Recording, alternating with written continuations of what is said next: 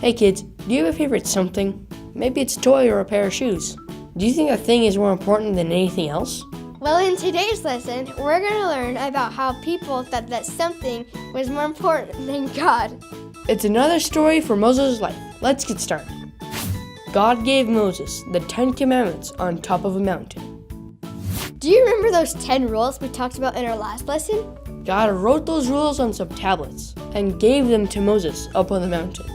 He was up there for a pretty long time. And while he was up there, the Israelites made some bad decisions. The Israelites got tired of waiting and made a golden calf to worship.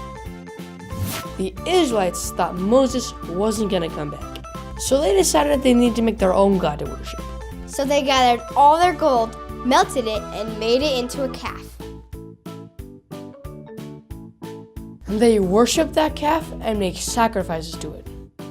They didn't think God was real anymore, so they decided to make their own fake God. If they had just been patient and waited a little bit longer, they would have seen that God was real, and Moses knew what he was talking about. Instead, they made a silly decision that made God and Moses angry. Moses reminded the Israelites that there's only one real God. Remember those tablets that God wrote the commandments on?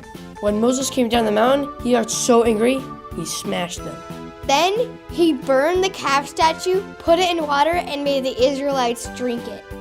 Ew! God had saved them from slavery in Egypt. He was even guiding them to a new home, but they still built a fake God. How silly is that? So kids, what can we learn from this? When you treat a regular thing like it's God, you're making a big mistake. You might think there's no way you would treat a golden cow like God. But sometimes we do treat silly little things like God. Like our toys, school, or our friends, or even our family. Well, we let those things get in the way and take our focus off of what really matters. And that's God. Memory verse. You must not have any other God but me.